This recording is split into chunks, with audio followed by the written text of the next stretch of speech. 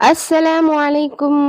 ஸ்டவ்வையும், பர்னரையும் எப்படி ரொம்ப ஈஸியா கிளீன் பண்ணலாம் அப்படிங்கிறத இந்த வீடியோல பார்த்துரலாம். ஃபர்ஸ்ட் ஸ்டெப்பா வினிகர்ல பர்னர்லாம் போட்டு ஒரு 1/2 மணி நேரம் அப்படியே இருக்கட்டும். இந்த கேப்ல நம்ம மத்த வேலைகள பார்க்கலாம். நான் ஃபர்ஸ்ட்டு வந்து கேஸ ஃபுல்லா கிளீன் பண்ணி வைப் பண்ணி எடுத்துக்கிறேன்.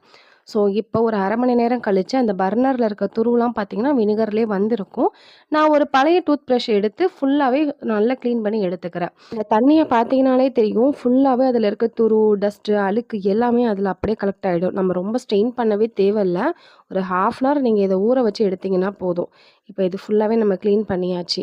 அடுத்த ஸ்டெப் பார்த்தீங்கன்னா, ஜஸ்ட் நம்ம என்ன லிக்விட் இல்ல என்ன நீங்க சோப் யூஸ் பண்றோமோ, அத வச்சு ஃபுல்லா ஒரு சின்ன ஸ்க்ரப்பர் வச்சு நல்லா இத கிளீன் பண்ணி எடுத்துக்கலாம். இப்ப மேல இருக்க டஸ்ட் எல்லாத்தையுமே நம்ம இந்த மாரி எடுத்த பிறகு, நம்மளுடைய பர்னர் புதுசு போல கிடைச்சிருச்சு.